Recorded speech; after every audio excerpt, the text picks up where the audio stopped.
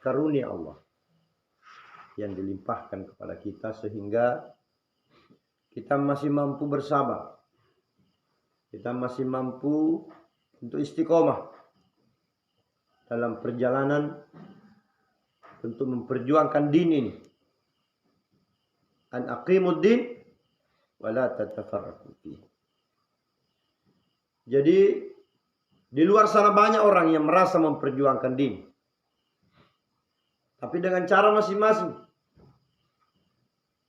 Mereka berjuang, di lain pihak mereka merasa melaksanakan Quran, tapi di lain pihak mereka melanggar Al-Quran. Karena syarat untuk memperjuangkan din ini, wala tatafarraqu fihi. Tegakkan din, jangan kalian berpecah belah. Dan kita tahu bahwa mereka yang banyak ini kelompok-kelompok yang jelas bahwa Rasul tidak pernah mencontohkan, sahabat tidak pernah contohkan, tabi'in tidak pernah contohkan, dan tabi'in tidak pernah contohkan.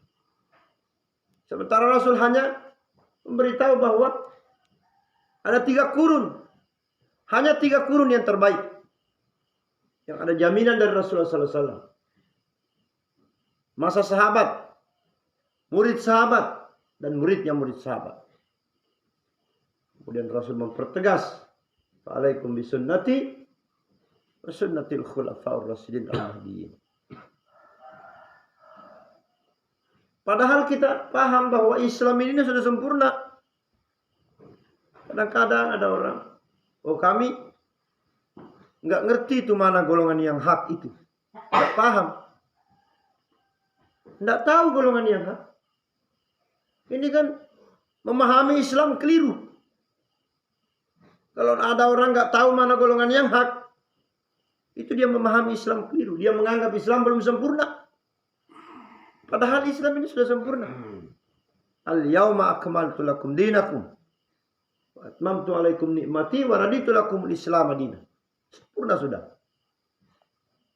Rasulullah SAW menyampaikan bahwa agama ini aku tinggalkan yang sudah terang, yang malamnya bagaikan siang. Segala permasalahan yang akan mendatangkan rahmat bagi kalian sudah dijelaskan oleh Rasulullah. Yang seluruh hal-hal yang akan membuat kalian diazab, dimurkai juga sudah diterangkan oleh Rasulullah SAW. Jadi sudah lengkap. Jangankan urusan besar, urusan tentang berjamaah, urusan tentang berhukum, urusan sepele saja diatur sama Islam. Dijelaskan oleh Rasul. Bagaimana cara masuk WC, apa doa masuk WC, bagaimana cara keluar, bagaimana cara pakai sendal, bagaimana cara pakai baju. Hal yang sepele saja, yang kalaupun kita tidak kerjakan, tidak menyebabkan kita berdosa. Tapi karena Islam ini adalah agama yang sempurna, diatur oleh wahyu, oleh orang yang terbaik, yaitu Nabi kita Muhammad Sallallahu Alaihi Wasallam.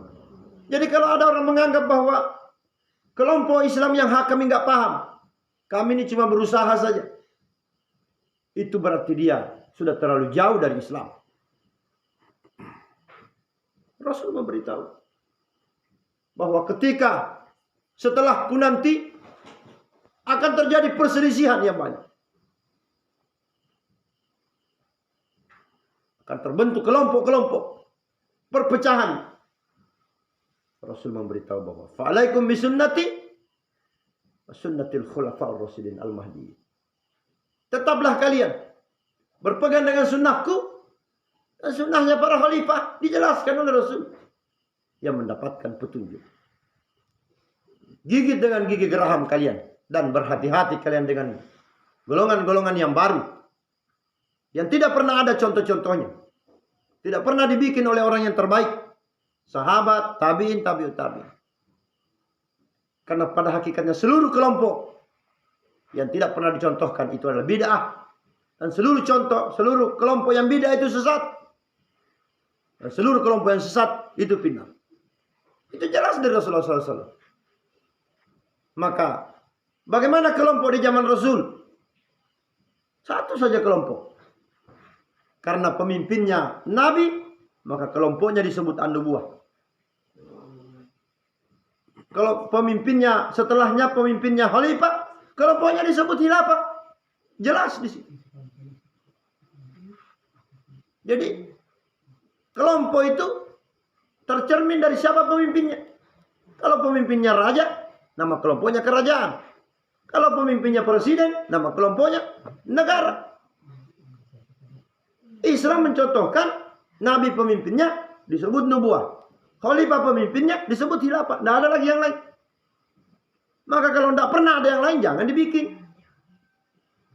Terbentuklah kemudian tahun 1912 kelompok pertama yang kita kenal, ya, yang dibentuk oleh Ahmad Dahlan itu.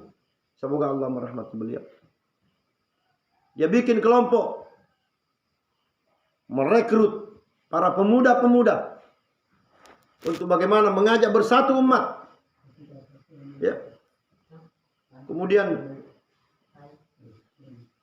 melaksanakan kebaikan, kemudian mencegah manusia dari kemungkaran. Tapi bikin kelompok. Kelompok baru, dia beri nama Muhammadiyah. Tahu kita sejarahnya, bahwa terbentuknya 1912. Kemudian 14 tahun kemudian muncul lagi kelompok yang kita tahu, Hasyim Asy'ari, semoga Allah merahmati beliau. Dia bikin juga kelompok, mengumpulkan para ulama-ulama, kaum tua yang kata kita sekarang.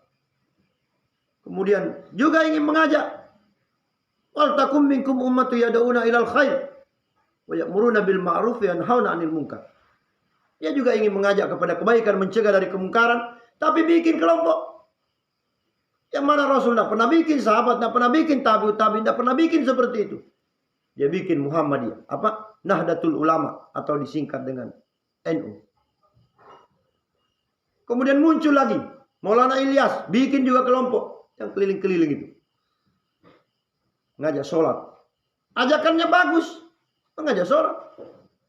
Siapa yang bilang mengajak sholat itu jelek? Mengajak sholat. Meninggalkan kasur empuk. Meninggalkan istri yang cantik. Demi untuk mengajak manusia sholat. Tapi apa ada pernah sahabat bikin kelompok seperti itu? Kemudian muncul lagi Maulana Ilyas siapa? Ikhwanul Muslimin. Hasan al-Banna itu. Terus bermunculan Hidayatullah, Istiqomah. Ini apa semuanya? Maka ketika kita ingin bersatu di agama ini, maka bersatulah seperti persatuannya para sahabat. Ketika kita ingin memperjuangkan din, maka perjuangkanlah din seperti yang diinginkan Allah. An aqimud din wala tatafarraqu fihi. Di surah As-Surah. Tegakkan oleh kalian agama. Dan jangan kalian masing-masing berpecah belah, bersatu kalian.